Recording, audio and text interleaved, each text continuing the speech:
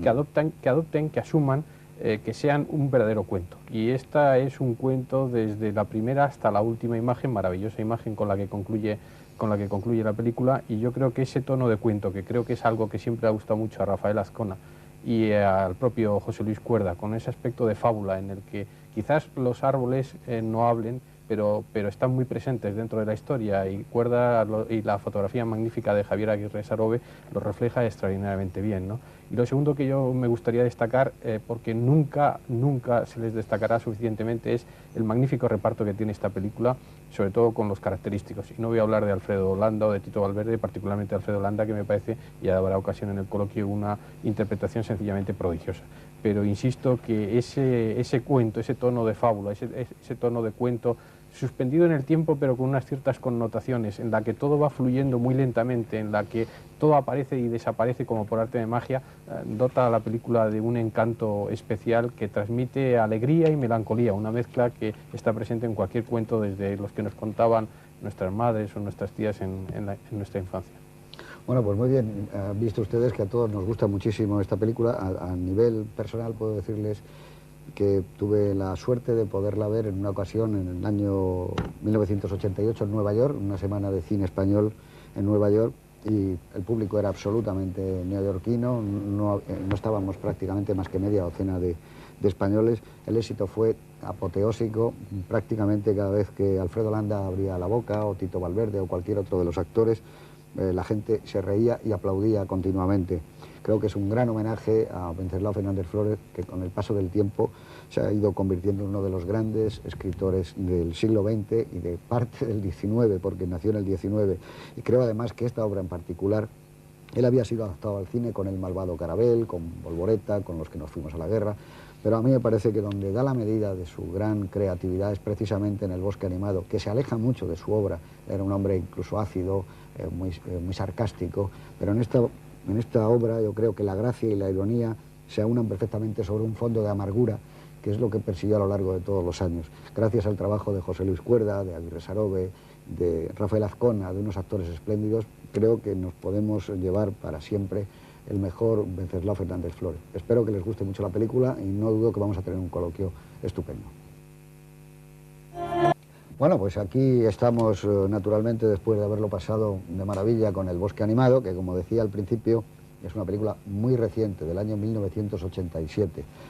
Cuando estaba rodando esta película José Luis Cuerda, digamos que los acontecimientos que tuvieron mayor relevancia ese año fueron, a nivel nuestro, que el Ministerio Fiscal presentó querella contra Lola Flores por una fraude fiscal, y fue quizá una noticia no de un mes, sino prácticamente de todo el año. En nuestro nivel, a nivel cinematográfico, la película que acaparó los Oscars ese año fue Platoon, que era la película, ya saben ustedes, sobre la guerra de Vietnam, y que tuvo un gran éxito en todo el mundo. Y fue la inauguración de los premios Goya, y ese año fue el primer premio Goya para la película El viaje a ninguna parte, de Fernando Fernán Gómez, que saben ustedes que hemos puesto hace bien poco. Digamos también que esta película, El bosque animado, obtuvo el premio Goya a la mejor producción del segundo año, de la segunda convocatoria, y además otros 8 Goyas más, donde estaban incluidos pues Aguirre Sarobe, Rafael Azcona, vestuario, Alfredo Landa, etcétera, etcétera. Otra noticia muy destacable de aquel año, según las hemerotecas, porque es la que más páginas ha dado, fue que un piloto alemán llamado Matthias Rast, quizá ustedes lo recuerden, aterrizó sin permiso en la Plaza Roja de Moscú. Fue un ridículo para todos los sistemas defensivos de espacios aéreos que tenían entonces en la Unión Soviética. Noticia terrible para la música fue el fallecimiento de nuestro Andrés Segovia, también de Federico Mompou, 2 músicos fantásticos, y de Fred Astaire, quizá uno de los más grandes bailarines, por no decir el más grande, que ha dado el cine, y también un magnífico actor. Hubo una matanza terrible de ETA en el Hipercor en Barcelona, con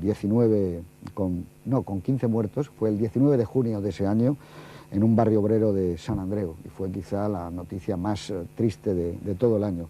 Que por otro lado también nos deparó pues, la entrada del Grupo Kio, que por vez primera entraba en España para invertir, y ha tenido una historia que ustedes conocen tan bien como yo, bastante terrible, esa entrada del Grupo Kio.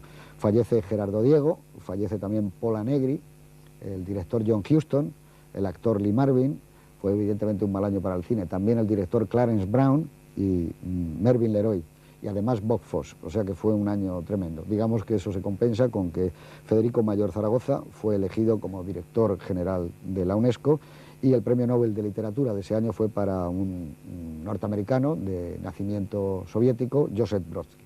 Y digamos también, y le voy a ceder la palabra a Eduardo Torres Dulce, que Venceslao Fernández Flórez, a ti que eres un gran aficionado al fútbol, como también lo es Rafael Azcona, vosotros sabéis que inventó una palabra para el lenguaje, para la lengua española, que es el bicegol. Sí, señor. Lo empezó a hacer cuando hacía sus crónicas deportivas y sus crónicas de fútbol, que escribía en el diario ABC. El bicegol, eso que decimos todos, ¡ay! Los UI, podríamos traducirlo. Es que eso solo lo puede inventar un gallego, ¿eh? Eso solo o Juan Tebas, vamos, el UI. Que se ha declarado gallego sorprendentemente esta noche, sí. Bueno, pues después de 9 años, ¿no? Desde el 87 al 96, la película no es que se mantiene igual de fresca, sino que yo diría que mejor, que ha ido ganando con el tiempo esa saudade que está presente en el bosque que tú hablabas, Antonio, con esas brumas magníficas de Aguirre Sarobe. Yo creo que la han envuelto en ese cuento de hadas, en ese Érase una vez, y la van a tener ahí, yo creo que eternamente, esa película.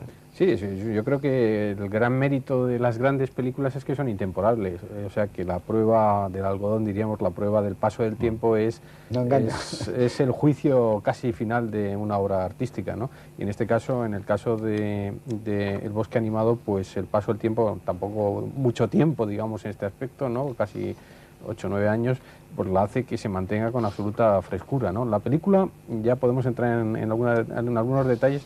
Uno de los trucos, por decirlo en el mejor sentido de la expresión, de Azcona, es que es una película intemporal, pero temporal a la vez. Estamos casi en una zona como de Belle Époque, por decirlo de alguna manera, y hay solo un pequeño detalle, y es cuando sale el bar del pueblo, esa especie de bar, tienda de ultramarinos del pueblo, hay al fondo una bandera republicana, que apenas se ve un poquito al fondo, que sitúa curiosamente la acción, no sé si la novela está, probablemente sea intemporal, pero la sitúa curiosamente con ese pequeño detalle de la República, ¿no? Donde está jugando Gamero y donde oye la petición que le hace Tito Valverde de tabaco, etcétera. Pero fuera de eso, parece un ambiente incluso, digamos, universal. No me extraña que guste en Nueva York o en cualquier otra, porque, bueno, hay tanto verde, hay tanto que podríamos pensar en Inglaterra, por no hablar de ese magnífico par de solteronas neurasténicas que son Alicia Hermida y Amparo Baró, que están geniales, como de costumbre, que parecen escapadas de un relato de Guillermo Brown, ¿no? Porque tienen las mismas rarezas, las mismas salidas de tono del humor, que ahora quiero hablar yo también un poco de ellos, que podrían tener cualquiera de las tías esas pesadas de Guillermo Brown, ¿no? Porque dice, le ponen el perro allí y dice, ¿y esto cómo funciona, no?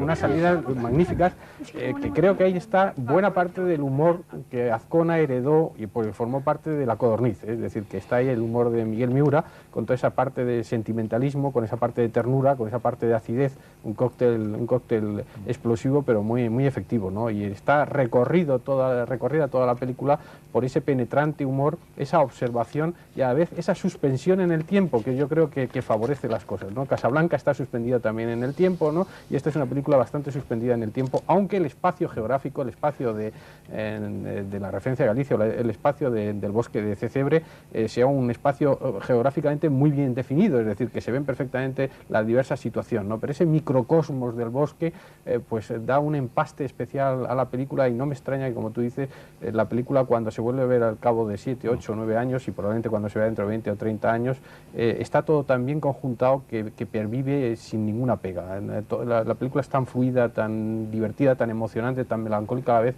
que esto hace que el disfrute se prolongue más allá de la primera visión de la película.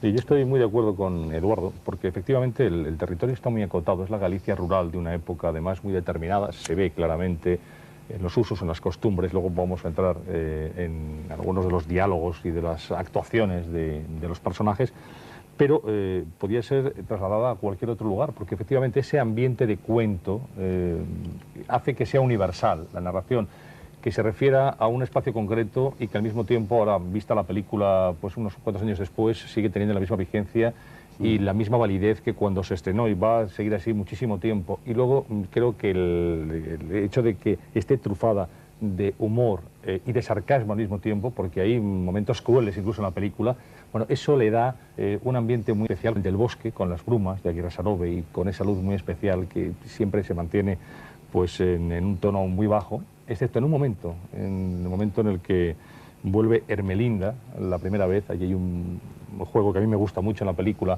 cuando está la niña Pilar bailando con la almohada y de repente entra la música de Pepe Nieto y ahí se ve cómo viene Ermelinda. Y en ese momento se ilumina la película, ese momento más luminoso de toda la película, del bosque animado. Bueno, pues esa luz, ese ambiente, esa música, esa melancolía hacen que sea una obra muy personal y que efectivamente resiste perfectamente el paso del tiempo. La verdad es que yo había visto la película en 2 ocasiones, esta ha sido la tercera, y he disfrutado lo mismo que en el estreno.